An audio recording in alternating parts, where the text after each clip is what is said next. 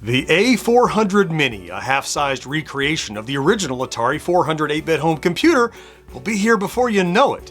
I'm excited because this platform has so many great games that mostly only made it to home computers of the day, and so are largely unknown.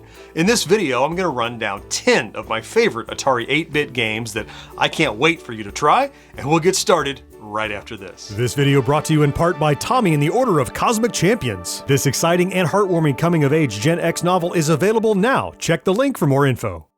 Hey there, welcome back to Gen X Grown Up. I'm John, and I am a Gen X Grown Up. Thank you for the click. You know, I spent most of my late teens immersed in the games of the Atari 8-bit computer line, and with the A400 Mini on the way, this is a great opportunity to shine a light on some awesome games that you've likely never played unless you were also a computer nerd in the mid-80s. To get the most bang for our buck, I'm not going to highlight any game that we know is already packed into the A400 Mini. Ones I love, like Miner 2049er, Bruce Lee, or Mule, but we'll talk about those in the review. Also, I haven't picked any arcade ports. We'll get to those because they are good, and no games that were widely released on lots of other consoles and platforms. Now, nearly all the games I've picked for this video were developed first for the Atari 8-bit, and they only ever saw a release on other contemporary home computers like the Commodore 64 or the Apple II, Sinclair, Spectrum, things like that.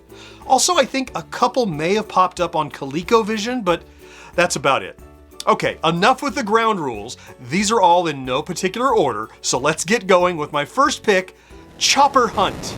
I'm willing to bet that I'll be the only Atari 8-bit user to recommend Chopper Hunt to you. Not just because it's little known, but because it's generally maligned by poor reviews and low ratings, but it's one of my favorites. First released in 1982 by the name Buried Bucks, it was updated 2 years later and reissued by Imagic, by the name Chopper Hunt. The basic premise is you, as a helicopter pilot, use bombs to dig holes and caverns in multi-level terrain in order to salvage buried treasure. All the while, a drone crosses the screen dropping fresh dirt that will fill the holes you're digging. Gradually, new challenges are introduced, like lakes or pockets of water, which, if set free, can fill up your caverns and make treasure inaccessible. Or the drone will start dropping turrets to try to shoot your chopper down. For me, the ability to modify the screen and approach the treasure from any direction you want makes for a fun and relaxing experience. Once you think you're good, get to level 12 and we can talk. Up next is a 1983 release from Epix, and it's Jumpman. There's platforming, and then there's Jumpman platforming. When Jumpman was released on diskette in 1983, it featured 30 distinct levels, each with their own challenges and strategies. Your goal is simple. Defuse all the bombs on a screen by traversing ladders, girders, ropes, and chains while avoiding the various enemies and secret challenges. Stuff like vanishing or invisible sections of the screen, UFOs, killer bats, hellstones, monsters, and pretty much anything else you could dream up. Aside from being one of the most fluid platformers on the system, the broad variety and design of the levels brings an element of discovery, something often missing in multi-screen run-and-jump games. And believe me, the day you complete the grand loop of 30 screens and are treated to that fireworks display, that'll be a gaming memory you don't soon forget. Up next is 1983's Datasoft released Conan. Now, I only ever knew of this game as Conan, but it was also marketed as Conan Hall of Volta. But the full name is less important than the adventure game on display here. Ron Fortier did a number of single-screen adventure games like Conan, including Bruce Lee, which is built into the 400 Mini, and this is of that same quality. And don't let the limited color scheme scare you off. That's just the super high-res Atari graphics mode in use, which only had access to a tiny palette. What's gained in this mode is much more highly detailed characters and environments, and there's a lot to do, too. You're Conan navigating a number of varied screens and environments, picking up keys and gems to unlock and progress each successive screen. And each screen looks completely different and has goals that you must figure out on your own. Even the instruction manual only ever gave hints, but didn't disclose the ultimate goal of the game. And I'm not going to spoil that here either. Just give it a go. By the way, I think this is the only one on my list that uses 2 discs because the game is so large, so I really hope the 400 Mini provides some sort of interface for disc swapping. Okay, up next, 1982 from Synapse, and it's Necromancer. If you've never heard of Synapse software before, you'll see that name a lot when exploring the Atari Computer back catalog. And one of my favorites is Necromancer. The game takes place in a fantasy world not unlike D&D, where you are a druid who uses trees as your weapon to combat the evil of the Necromancer. On level 1, you grow your trees while protecting them from ogres and spiders. Once you amass an army of trees, it's off to the vaults, where you use those trees to crush spider larvae before they can hatch. Make it past the 5th level of the vaults, and you come face to face with the Necromancer, a proper boss battle. If you can complete the circuit 5 times, then you've defeated the game, but I was never able to get that far. With the varied objectives and gameplay styles, Necromancer never really got old for me though, and I'll still fire it up for a few levels now and again.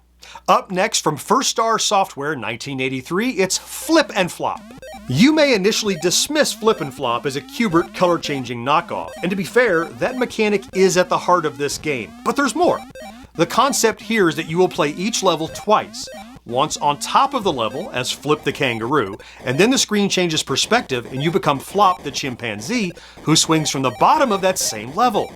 Yes, you need to turn all the empty boxes solid by traveling across them, but after the first couple of levels, adversaries begin to chase you, and you can trap them in place by luring them across these flashing little traps that will immobilize them, or you, if you're not careful, for a few seconds. Flip and Flop is a charming twist on the color-changing block game, and one that I think deserves a second look. Now, I'm about to get to the second half of my Atari recommendations. Before I do though, I want to make sure you know about our merch store. Over at GenXGrownUp.com/merch, we have cool and creative designs for just about anything you might be into, whether it's arcade games or consoles or old computers, sci-fi, movies, TV, and you can get them on stickers, shirts, hoodies, phone cases, and more. And for every item you order, you'll also be supporting future videos just like this one. Now, let's get back to it. And this one, I think, made its way not only to ColecoVision, but also in television. But it stopped there, and I've never seen anything quite like it since. This is the Dreadnaught Factor, 1984 from Activision. You pilot a tiny fighter taking passes over an enormous Star Destroyer-esque dreadnought. Depending on what you choose to attack, you can affect its abilities. Bombing the engine slows its progress, shooting bridges reduces firepower, destroy silos to cripple its planetary attack, or bomb all the vents to blow the whole thing to bits. After each run, the Dreadnought advances toward your planet's shield, and then you pilot your next fighter across the same ship and try to further the damage.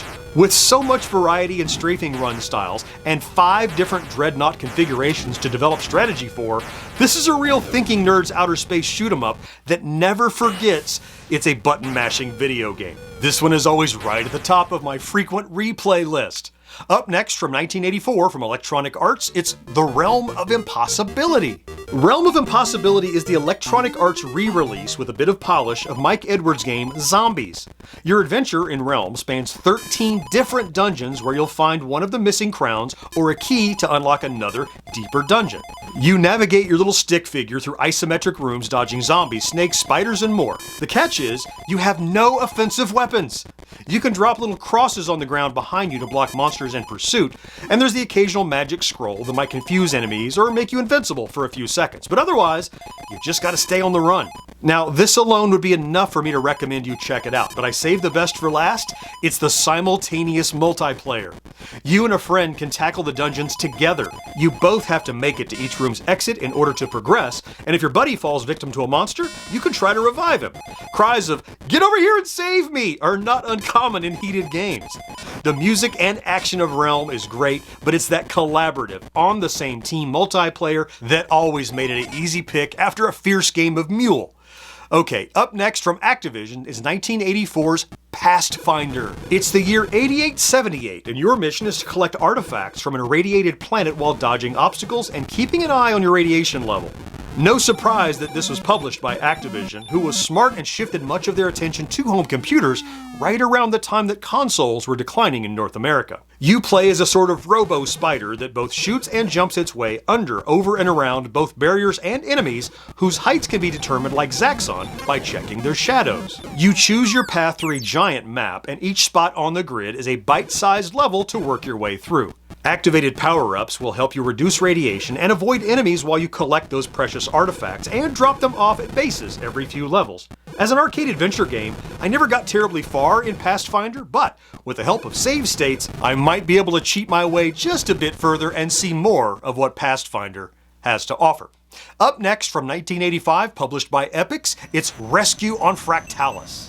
Now, Rescue on Factalus, initially developed as Behind Jaggy Lines by LucasArts, has a straightforward premise with mind-bending visuals and physics for a game of its time.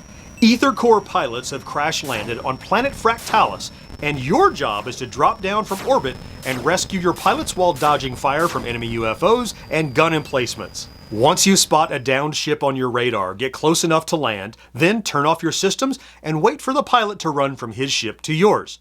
Listen for him tapping on the door, then open up the airlock to welcome him aboard. And I don't want to spoil the surprise for you, but not every pilot is who he appears to be. Factalus's 3D-like randomly generated terrain blew my 15-year-old mind and added to the immersive experience, while regular surprises kept me on my toes. This one is going to require reading the manual and plugging in a USB keyboard for all the extra commands, but that extra prep work will be worth your time.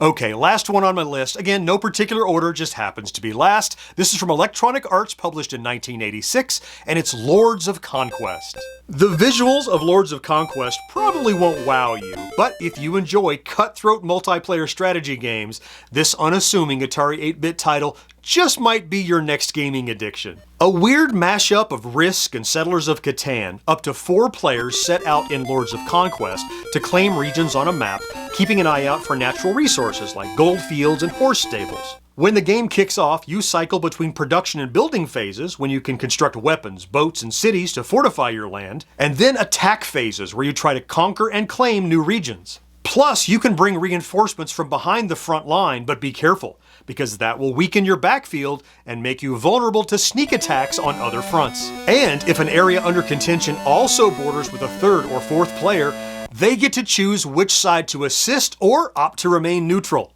I highly recommend firing this one up with a group of friends who won't get too upset with you when you overrun their capital city and steal all the gold in their stronghold on your way to world domination. I think this list will really help you get kickstarted with Atari 8-bit games, but there are plenty more. And if you'd like to see more, or if you have a favorite you'd like me to include in future videos, I'll be keeping an eye on your comments down below this video. And remember that while the 400 Mini is the catalyst for this discussion, Atari 8-bit emulation on your PC is always an option, and links to my favorites are down in the video description.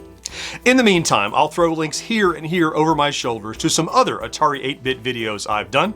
I certainly hope you found something to enjoy in this video, and I cannot wait to talk to you again next time. Bye-bye.